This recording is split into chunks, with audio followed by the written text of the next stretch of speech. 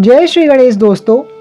इस संसार में जो भी आया है उसे एक न एक दिन तो जाना ही होता है, फिर चाहे वो मनुष्य हो या स्वयं साक्षात परम ब्रह्म ईश्वर हो। राम जी भी सृष्टि में आए थे तो उन्होंने भी अपने शरीर का विसर्जन सरयू नदी में कर दिया था। दोस्तों, हम इतने प्यार के साथ अपने बप्पा को घर लेकर के आए गणेश चतुर्थी पर, उनकी सेवा पूजा की, लेकिन अब समय आ गया है उन्हें विदा करने का। तो चलिए आज की वीडियो में हम यही जानेंगे कि बप्पा का घर पर आसानी से विसर्जन कैसे करें और पूजा की बाकी जितनी भी सामग्री है, कलश, नारियल इत्यादि, उनका क्या करें। तो चलिए आरंभ करते हैं माता रानी का नाम लेकर। वीडियो को अंत तक बिना स्किप के अवश्य देखिएगा। जय माता दी फ्रेंड्स, कैसे हैं आप सब दोस्तों? बताने के लिए कमेंट में जय माता दी अवश्य लिखेगा। और यदि आप भी माता रानी के इस प्यारे से परिवार के सदस्य बनना चाहते हैं तो नीचे दिए गए लाल रंग के सब्सक्राइब के बटन पर क्लिक कीजिएगा, चैनल को सब्सक्राइब कीजिएगा। सब्सक्राइब करना एकदम निःशुल्क है दोस्तों। साइड में जो बेल आइकन है उस घंटी को भी प्रेस कर दीजिएगा ताकि हमारे आने वाले वीडियोज़ का नोटिफिकेशन सबसे पहले आपको मिले। अगर आपने अभी तक हमारे चैनल को सब्सक्राइब नहीं किया है तो ये शुभ कार्य आप अवश्य करके जाइएगा। दोस्तों, गणपति विसर्जन वाले दिन, अब विसर्जन किस दिन करें? देखिए, कोई एक दिन के लिए लाए हैं, कोई 2 दिन के लिए, कोई 3 दिन के लिए, कोई 5 दिन के लिए, कोई 7 दिन के लिए। कुछ लोग गणेश चतुर्थी के बाद भी बप्पा को लाए हैं, तो आप अपने दिन के हिसाब से गणपति बप्पा का विसर्जन कीजिएगा। जितने दिन का संकल्प है उससे अगले दिन आपको विसर्जन करना चाहिए। मुख्यतः अनंत चतुर्दशी पर जो लोग 10 दिन की स्थापना करते हैं गणेश चतुर्थी से, वो अनंत चतुर्दशी यानी कि 14वें जो 10वां दिन होता है, जिसे 14वीं तिथि भी कहा जाता है, उस दिन गणपति बप्पा का विसर्जन करते हैं। विसर्जन में भी आपको सुबह भली भांति से, जैसे आप डेली उनकी पूजा सेवा कर रहे हैं, वैसे ही पूजन करना है। दीपक जलाकर उन्हें तिलक इत्यादि करें, पुष्प चढ़ाएं, भोग चढ़ाएं। जैसे आप पूजन कर रहे हैं बिल्कुल वैसे ही करना है। अंत समय में उन्हें भरपेट भोजन करा कर के अवश्य भेजेगा। कोई भी स्वादिष्ट व्यंजन बनवा लीजिएगा। अगर आपने जैसे व्रत इत्यादि भी किया है 10 दिन तक, तो उसका पारण करने के लिए भी आपको अन्न का सेवन करने के लिए स्वादिष्ट अन्न का कोई भी भोजन बना लीजिए। आप पूरी, हलवा, सब्जी इत्यादि बना सकते हैं। उसका भी बप्पा को भोग लगाएं। जो भी भोग, प्रसाद, मोदक है, सबका विधिवत आपको वैसे ही बप्पा का पूजन करना है। दोस्तों, विसर्जन के नाम पर कभी भी हमें अपना दिल छोटा नहीं करना चाहिए। प्रसन्नता से खुशी खुशी बप्पा का विसर्जन करना चाहिए, क्योंकि ये संसार की रीति है। जो भी इस संसार में आया है, चाहे वो देवता ही क्यों ना हो, भगवान राम, भगवान श्री कृष्ण, वो सभी इस संसार से गए हैं। बप्पा को हमने मेहमान की तरह अपने घर पर बुलाया था। मेहमान भी आते हैं तो उन्हें भी एक न एक दिन जाना ही होता है। और बप्पा कोई हमेशा के लिए थोड़ी ना जा रहे हैं, अगले साल बप्पा फिर आएंगे। दोस्तों, इसलिए आपको अपने बप्पा का खुशी खुशी विसर्जन कर देना चाहिए। जो भी आपने सात्विक भोजन बनाया है, भोग लगाया है, बप्पा को उसका भोग लगाएं। आपको वो भोजन की थाली किसी भी ब्राह्मण को दे आनी चाहिए, या घर पर ब्राह्मण आकर के आपका पूजन भोग इत्यादि कर सकते हैं, तो बहुत अच्छी बात है। लास्ट डे आपको ऐसा अवश्य कर लेना चाहिए अगर आपने 10 दिन का संकल्प किया है व्रत का और स्थापना का। तो जैसे कि हमने आपको वीडियो के स्टार्टिंग में ही बताया था कि इको फ्रेंडली गणेश जी लाएं, यानी कि जिससे हमारा पर्यावरण दूषित ना हो। ऐसे मिट्टी के, पत्थर इत्यादि के गणपति लाएं। कोई भी प्लास्टिक, फाइबर, इस तरीके के गणपति ना लाएं जिनसे पर्यावरण दूषित होता है। तो आप इनका विसर्जन, अगर आपके मिट्टी के गणपति हैं तो आप आसानी से अपने घर पर भी कर सकते हैं। लेकिन अच्छा यही है, अगर आप जा सकते हैं तो नदी में, तालाब में, किसी पवित्र नदी, तालाब, सरोवर, समुद्र में आपको बप्पा का विसर्जन कर देना चाहिए। अगर आपके पास सुविधा नहीं है तो आप अपने घर में भी आसानी से किसी भी पात्र में शुद्ध जल भर करके, किसी बाल्टी या टब ले लीजिए बड़ा सा, उसमें जल भर करके उसी में बप्पा का विसर्जन कर दीजिए। या फिर अगर आपके घर में कोई गमला, पेड़ पौधा हो, उसमें जल भर करके आपको बप्पा का विसर्जन कर देना चाहिए। कुछ समय तक जल में रहने के बाद वो अपने आप ही जल में विलीन हो जाएगा। उसके बाद आप इस जल को पेड़ पौधों में डाल सकते हैं, या आप बाद में भी इसका विसर्जन नदी, तालाब इत्यादि में करके आ सकते हैं। अगर आप मेटल के यानी कि धातु के गणपति लाए हैं, पीतल इत्यादि के, तो उनका आपको विसर्जन नहीं करना है। और यदि आपके मिट्टी के गणपति, तो उनका विसर्जन आपको अवश्य करना चाहिए। मिट्टी की मूर्ति को घर में स्थापित नहीं करते, घर में मेटल की मूर्ति स्थापित की जाती है। इसलिए आपको अपने जो गणपति हैं उनका और उनके साथ जो रिद्धि सिद्धि जी हैं उनका भी विधिवत विसर्जन करना है।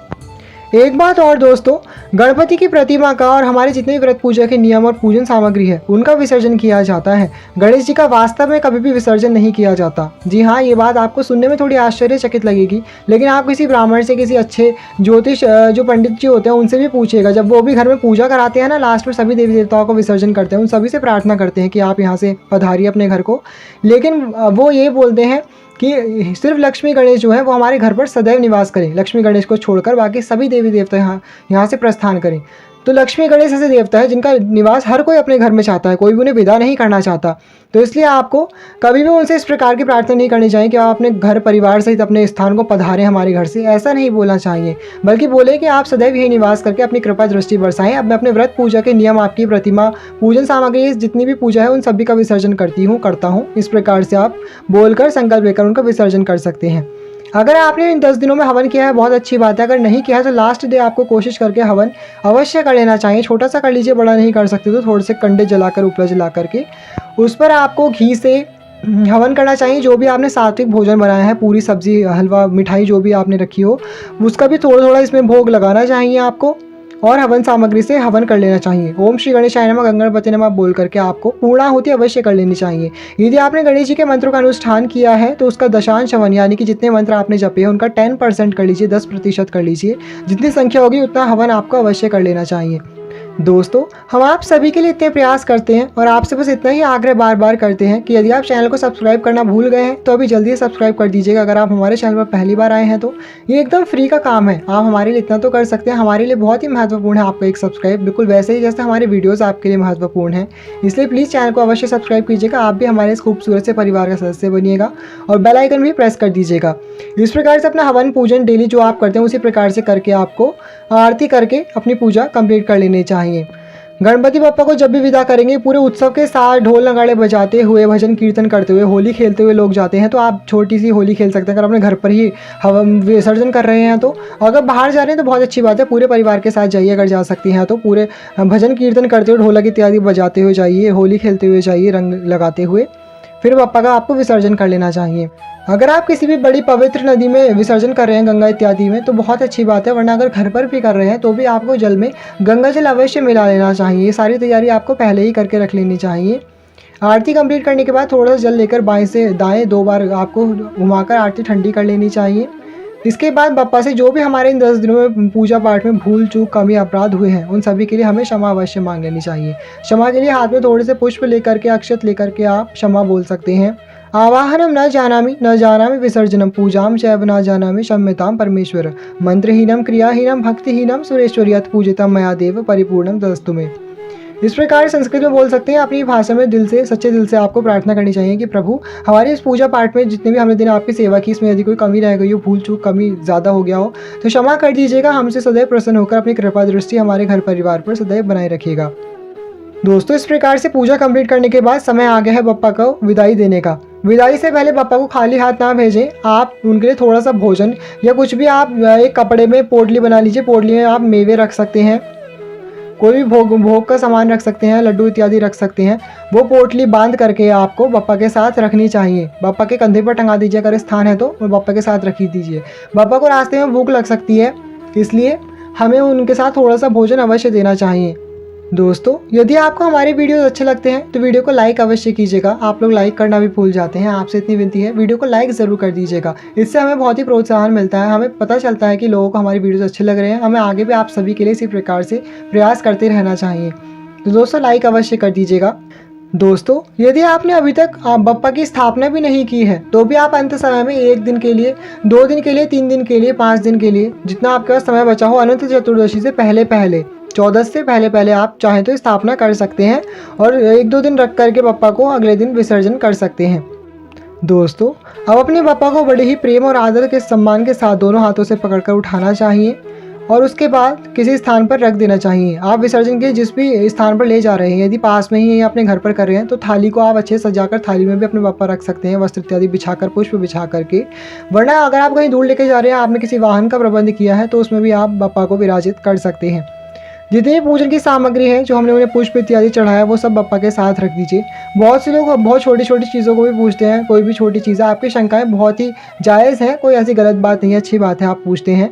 लेकिन आपको बता दें कि पूजा में आपको जितनी भी चीज़ों का आपको समझ में ना आए ना कि क्या करना है, तो विसर्जन करना सबसे श्रेष्ठ माध्यम है। कोई भी पूजा का सामग्री बच जाती है, फल फूल इत्यादि जो भी ऐसी चीज़ होती है समझ नहीं आ रहा तो उसका विसर्जन कर दीजिए।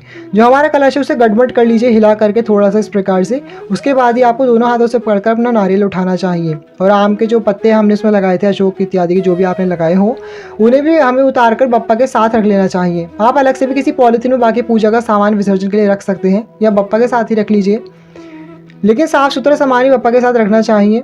जैसे हमारे धूप बत्ती दीपक इत्यादि की बाती वगैरह भी होती जली हुई, वो सब आप भी विसर्जन कर सकते हैं, लेकिन उन्हें अलग रखें बप्पा से थोड़ा। जो भी भोग प्रसाद हमने बप्पा को चढ़ाया है वो आप लास्ट के समय भोग रूप में वितरित कर सकते हैं। बहुत से लोगों ने पूछा कि जो गट यानी कि गोला चढ़ाया था सूखा हुआ नारियल गुड़ भर के, वो भी आपको लास्ट डे उठाकर सब में प्रसाद स्वरूप वितरित करना चाहिए। जो भी दक्षिणा आपने चढ़ाई वो आप किसी मंदिर में या ब्राह्मण को दान कर सकते हैं। जो थाली हमने आपको बताई ना भोजन की दान करने के लिए, उसमें भी आप ये दक्षिणा रख करके, फल रख करके जो आपने फल चढ़ाए हैं वो आप ब्राह्मण को दान कर सकते हैं। और ये वाले फल आप सब में प्रसाद स्वरूप भी बांट सकते हैं, जो भी भोग की सामग्री है। जो हमने नारियल कलश पर से उठाया है उसे भी फोड़कर सब में बघारना चाहिए, सब में बांटना चाहिए प्रसाद स्वरूप। और ये कमलगट्टे और इलायची आप किसी भी पीले वस्त्र में, रेशमी वस्त्र में बांधकर अपने धन के स्थान पर रखते हैं या कारोबार के स्थान पर रखते हैं तो वृद्धि होती है दोस्तों। इसलिए आपको ये उपाय भी अवश्य कर लेना चाहिए। कलश का जो जल है उसे पूरे घर में आपको छींटे देने के बाद वो भी बप्पा के साथ आप विसर्जित कर सकते हैं। अपने घर पर ही किसी गमले में आपको विसर्जित कर देना चाहिए। ध्यान रहे तुलसी के गमले में आपको विसर्जन नहीं करना है इस जल का। और ये जितने भी अक्षत पूजा में प्रयोग हुए हैं, चावल स्थापना इत्यादि के, वो सब आप अपने छत पर चिड़ियों को, पंछियों को डाल सकते हैं, वो खा लेंगे। या फिर इनका भी आप विसर्जन कर दीजिए। जिस चीज़ का समझ में ना आए उस चीज़ का आपको विसर्जन कर देना चाहिए जल में। बाकी जितने पूजन की सामग्री, जैसे मैं हल्दी, तिलक, सिंदूर इत्यादि चढ़ाया है, इनका आप डेली प्रयोग कर सकते हैं अपने मस्तक पर तिलक लगाने के लिए। बप्पा का प्रसाद है, डेली लगाइए, आपको सफलता मिलेगी हर क्षेत्र में। बाकी जितना पूजन का सामग्री है ना, बर्तन, लोटे इत्यादि, ये सब आप अपने मंदिर में वापस रख सकते हैं। सारी चीज़ें मंदिर में दोबारा यूज़ कर लीजिएगा पूजा में, ऐसी कोई बात नहीं है। बाकी जो लाल वस्त्र है ये भी आपको बप्पा के साथ विसर्जित कर देना चाहिए या फिर ब्राह्मण को दान कर दीजिएगा। पुष्प इत्यादि सब बप्पा के साथ आपको विसर्जित करने चाहिए। जो अखंड दीप है जब तक वो जल रहा है तब तक उसे प्रज्वलित रहने दीजिए, उसे कभी भी स्वयं नहीं बुझाना चाहिए। ये जो पान का पत्ता हमने बप्पा को चढ़ाया था ना, उसे आप लास्ट डे या तो हवन में चढ़ा सकते हैं या फिर वो भी बप्पा के साथ विसर्जित कर दीजिए। हवन में चढ़ा दीजिए और भी अच्छी बात है।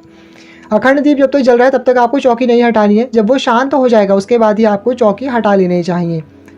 बाकी देखिए बप्पा को हमने यहाँ पर रख लिया है अलग से। अब उन्हें उठा करके आप जश्न मनाते हुए, उत्सव मनाते हुए, भजन कीर्तन करते हुए, नारे लगाते हुए, गणपति बप्पा मोरया, मंगल मूर्ति बोरिया, गणपति बप्पा मोरया, अगले बरस तू जल्दी आ, इस प्रकार से बोलते हुए आप उन्हें ले जा सकते हैं विसर्जन के लिए। और जहाँ पर भी विसर्जन करेंगे वहाँ पर आपको नंगे पैरों बप्पा को उतर कर वहाँ पर विसर्जन कर देना चाहिए।